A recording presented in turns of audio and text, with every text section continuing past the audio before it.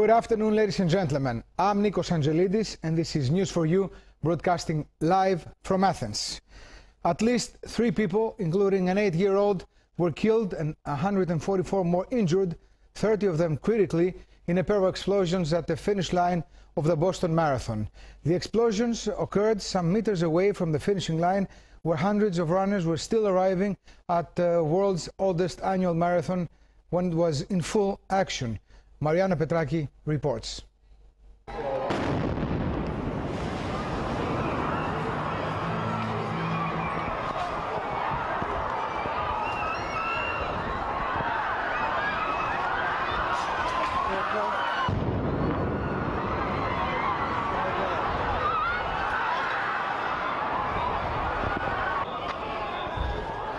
We've had an attack.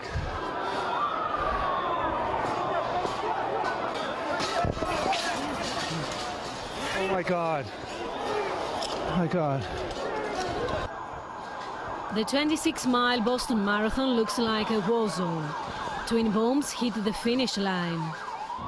Yeah, it was loud. It was really, really loud. And then people, just chaos everywhere. And there were just families all around us with kids, yelling and screaming. And, we just wanted to try and get away.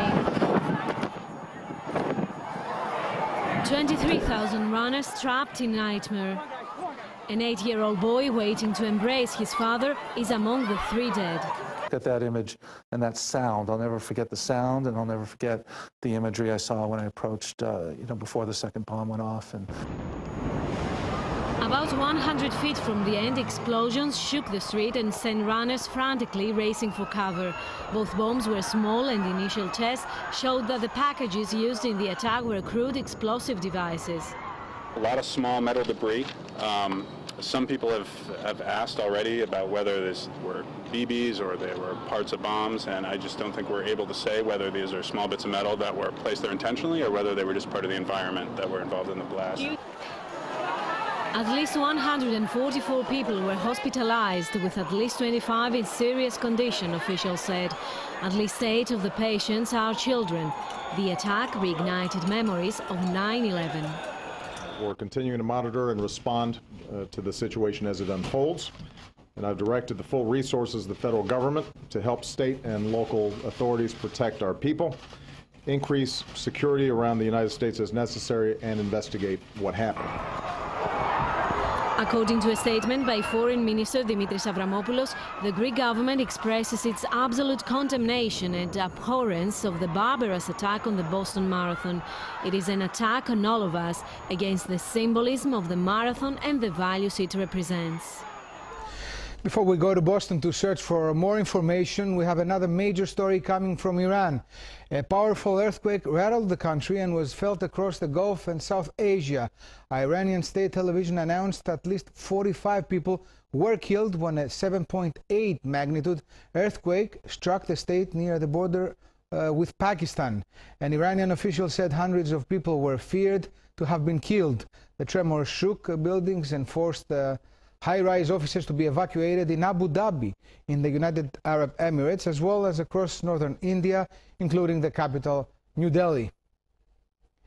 Just a while ago, Prime Minister Adonis Samaras sent a letter to President Barack Obama condemning the attack and expressing the condolences of the Greek people. Let's go now to Boston, where ERTWORLD's Katerina Thanasoula has details on the attack. Katerina, good morning to you. Greetings from Boston, Nick.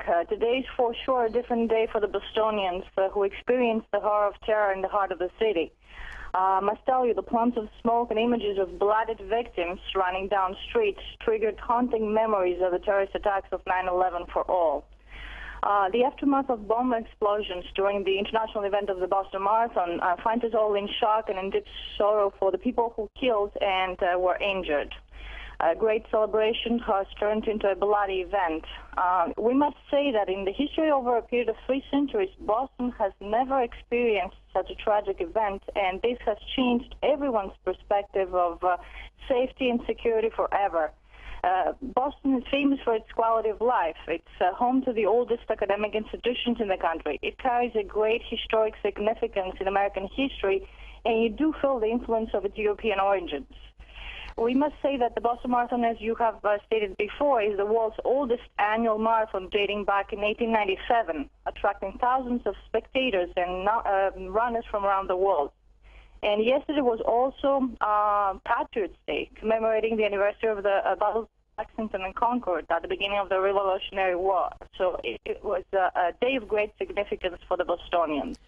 Katerina, President Barack Obama did not use the words terrorist attack in his speech last night. Do we know the reason for that? Actually, that is very true. President Obama avoided to use the word terror, though federal investigators are classifying the bombing as a terror event, although they do not know whether it was found domestically or from afar. And he addressed the nation yesterday after the terrorist attacks. He was cautious on what he has said. He hasn't used the word terror. That is correct. I understand he does not want to scare the people. Anyway, tell us about the next day in Boston. It's early in the morning there. Is life back to usual? Well, life is back to, it's never going to be as it was before. As I said, people are in shock still from what has happened here in the heart of the city. People are questioning why that happened to them, and it's questioning their way of life. As I said, Boston is very well known for its high standard of living. So that was disturbed after the bomb attacks. I must say, Nico, that federal and local investigators, including bomb technicians, searched an apartment yesterday near Revere, which is a suburb of Boston. But authorities have not officially linked the search to the marathon bombings. At this time, they have no suspects in custody, but many people have been questioned. And I saw in the internet a couple of photos of pictures of people standing in some buildings. There were suspects. I don't know. This is a very difficult task. I'm sure the U.S. police will do a good job on finding the people responsible for this attack. Now, how about the Greeks of Boston? Many Greek Americans take place in the marathon, either as athletes or as members of the organizing committee, or even as spectators. Are our compatriots fine in their health? Well, yes, everybody's well. We don't have any information about any one of the member of the Greek American community being injured during the attacks, but a lot of them have attended the marathon. They have, they were spectators in the marathon, or they participated as runners. I must tell you something that I don't know if it's well known, but before the marathon, the Boston Marathon, there's a special ceremony that takes place in the General Consulate of Greece, where a wreath of an oil wreath is given to the Athletic Association of Boston, who is organizing the marathon. So Greece plays a big role in the organization of the Boston Marathon every year. So that's a known fact. Okay, Katerina Thanasoula, we thank you very much for your valuable information. We hope everything goes well there in Boston for you and for everybody residing there. Thank you very much. Now, this Sunday's London Marathon will go ahead as planned, despite the two large explosions in Boston. Speaking just 12 hours after the blasts in Boston, Sports Minister Hugh Robertson said that he was absolutely confident the London race could be held safely. Last year, some 37,500 athletes competed in the London Marathon, with many more watching the springtime event. Let's go now to our political editor, Elena Levizou, for the latest on Greek politics and, of course, our economy. Elena, Finance Minister Yannis Tournaras gave a press conference explaining the details of the new deal reached between the government and Greece's lenders. Exactly, Nico. Mr. Tournaras said that a lot has been done. The situation has improved, but we must not slow down our efforts. The road ahead is still difficult. He said, although the country has gone a lot down the road. Now, Mr. Tournaras said specifically that the primary goal of the government is to achieve surpluses from this year, from 2013, and that will allow the government to further cut down on the debt. Also, he spoke about the property tax, which he confirmed will be 15% less in 2013, and he also said that he believes that by 2015 around 160,000 employees will leave the public sector, mainly through retirement schemes. However, this number includes the around 15,000 employees which will leave the public sector by the end of 2014. Mr. Stournaras also visited today the presidential mansion to inform President Papoulias about the outcome of the negotiations with the Troika. Now, let's go to another story, a big story for Greece here today. Head of the European Commission's task force for Greece, Horst Reichenbach, spoke this afternoon at the Economists' Congress. Let's listen to what he had to say. A lot still needs to be done to overcome the precarious liquidity situation such that SMEs can have proper access to finance and to deepen structural reforms for improving the business environment. But there can be no doubt that this government has the determination and the ability to continue on the path of reform with the aim to achieve recovery, growth and employment creation. Elena. Well, the head of the task force was very clear that the reforms are being implemented by the Greek government, and that is evident. Everyone can see that. Mr. Reichenbach said that the Greek government is able to regain, the credibility of the Greek economy, to create development, to pursue development, and to create new jobs. He also said that in the next few years, EU funds of about 4 billion euros a year will be released for development projects in Greece. How about Mr. Manitakis? Mr. Mitarakis. Mitarakis. Yes. It was close. I made a credit name out of it. Yes, Mr. Mitarakis also spoke at the Economist conference, and he said that the situation in Greece is improving, development is underway, but he stressed that the government's priority is to attract private investments, and it's also very crucial, he said, that the ministries cooperate with each other. Also, Nico, Mr. Tsipras spoke a while ago, just a few minutes ago, to the Economist conference, and he attacked, as expected, the government and Mr. Stournaras for the agreement with the Troika and the dismissals, as he said, in the public sector. However, he said these policies, the policies of the North imposed on the south of Europe, can be reversed. Now, Elena, PASOK's members of Parliament convened this morning and evaluated the results of the deal reached with the Troika. Yes. Mr. Venizelos spoke to the PASOK members, and he said that the agreement is positive for the Greek households, and we'll see that down the road because it means that there won't be any new measures, that is for sure, and also the cash flow will start again in the real economy because of the recapitalization of the banks, which will be completed soon, Nico. Elena, last but not least, we have some more strikes on the way. Yes, well, we have, first of all, the strike, the 24-hour strike of the PNO, the seamen, today, and this strike is against the new draft law introduced by the government, which will result to the loss of jobs.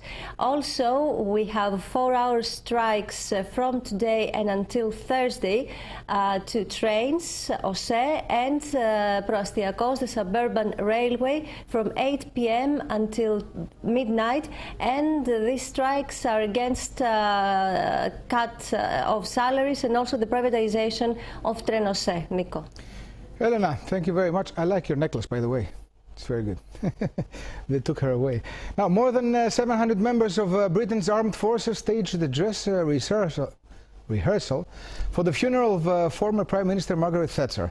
The coffin was carried to St. Paul's Cathedral on a gun carriage. The funeral will take place tomorrow in London. Members of Britain's armed forces made the final rehearsal for the funeral of Margaret Thatcher at dawn on Monday. The coffin of the former Prime Minister, covered with a Union Jack flag, was carried to St. Paul's Cathedral. Military procession bands played funeral marches of Chopin and Beethoven. Thatcher was the only female Prime Minister in Britain. Born on October 13 of 1925, she died on April 8 of 2013, at the age of 87 years. Her funeral tomorrow will be a ceremonial with military honours, which will include a procession through the streets of central London. The ceremony is expected to be attended by dignitaries from around the world. The body will be taken at the Palace of Westminster on Tuesday afternoon for members of Parliament to pay their respects. Thousands of Britons will have the opportunity to watch the ceremony live, while tough security measures will be taken for the funeral. The cost of the funeral is estimated to be about $12 million. Many representatives of black music, some of the most famous African-American singers, gathered in Broadway to celebrate the opening of a new musical called Motown. Diana Ross, Smokey Robinson and Berry Gordy were among the artists that hit Broadway to watch their own lives appearing on stage. The elite of black American music industry was there. Famous artists with a fabulous career made their appearance on Broadway. Motown founder Berry Gordy, Diana Ross and Smokey Robinson hit the red carpet to celebrate the opening of the new musical Motown. These are wonderful memories. I look forward to walking in there and feeling the music, and it's going to be a wonderful moment. The show traces Gordy's rise from a struggling boxer and auto worker to a music giant who turned into stars Smokey Robinson, Diana Ross, The Temptations, Stevie Wonder, the Jackson 5 and others. Tonight was better than it has been. I think they put more into it. The cast was on tonight. I mean, it's on tonight because it was opening night, and they gave a little more, and they knew Diana was in the audience. And I was crying. Motown is the #1 black music company in America. It made many black singers recognizable all over the world. And she was crying. It was so good. And so, Smokey was crying too. The Broadway production is based on a book by Gordy. The music and the lyrics came from the Motown catalog. Former members of the Supremes, Mary Wilson, said she was happy that the history of Motown was finally hit Broadway. Well, you know, it's great. I mean, it should have happened a long time ago, but, you know, unfortunately, good things, you know, sometimes you have to wait for them. Plenty of Motown fans watched the Broadway show and cheered for the fabulous stars.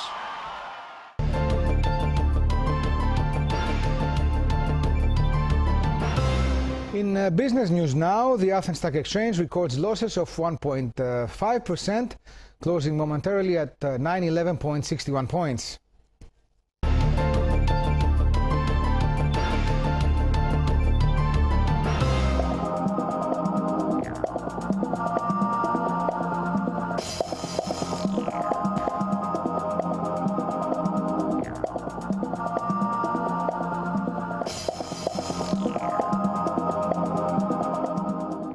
And these are the top stories for now. Ladies and gentlemen, thank you very much for watching us, and stay tuned on ERTWORLD.